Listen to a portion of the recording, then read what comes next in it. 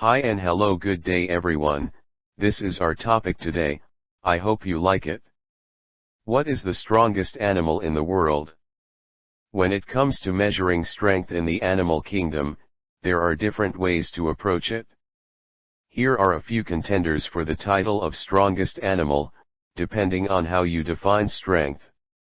Number 1, African elephant. The African elephant is the largest land animal and can weigh up to 12,000 pounds.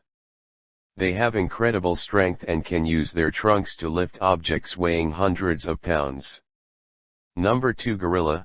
Gorillas are known for their incredible strength, and they can lift up to 10 times their body weight.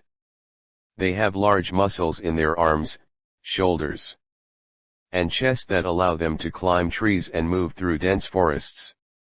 Number 3, grizzly bear. Grizzly bears are incredibly strong and can weigh up to 1,500 pounds.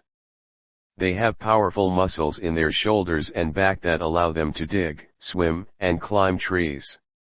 Number 4, saltwater crocodile. The saltwater crocodile is the largest living reptile and has one of the strongest bites in the animal kingdom.